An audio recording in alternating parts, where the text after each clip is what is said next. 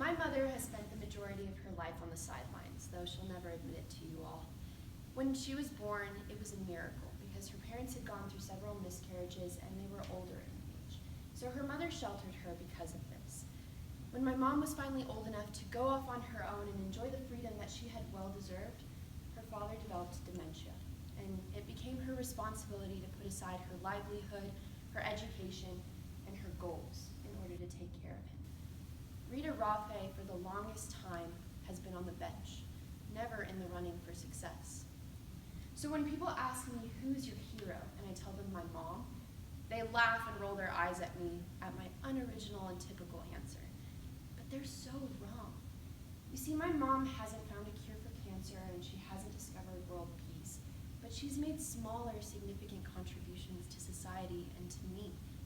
She is a well-educated immigrant who put aside her education in order to raise 2 daughters before deciding, after 30 years, that she wanted to go back and get her doctorate.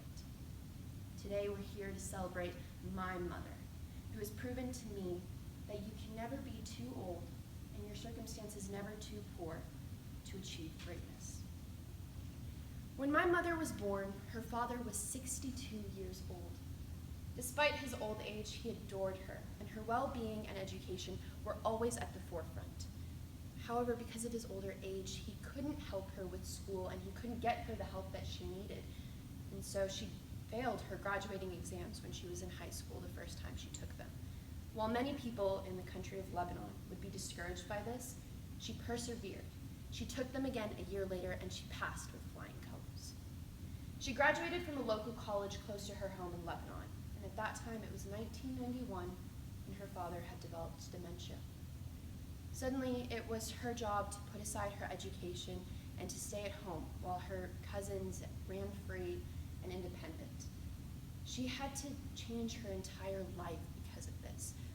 It wasn't until 1994, when she married my father and my grandfather passed away, that she was finally able to put the past in the past and head towards the land of dreams, the United States. When my father received his doctorate, she was encouraged to get her own. After 4 years of being in the United States, she received her Master's of Science in History from Oklahoma State University. At this point, however, she decided to once again put aside her education to take care and raise me and my sister.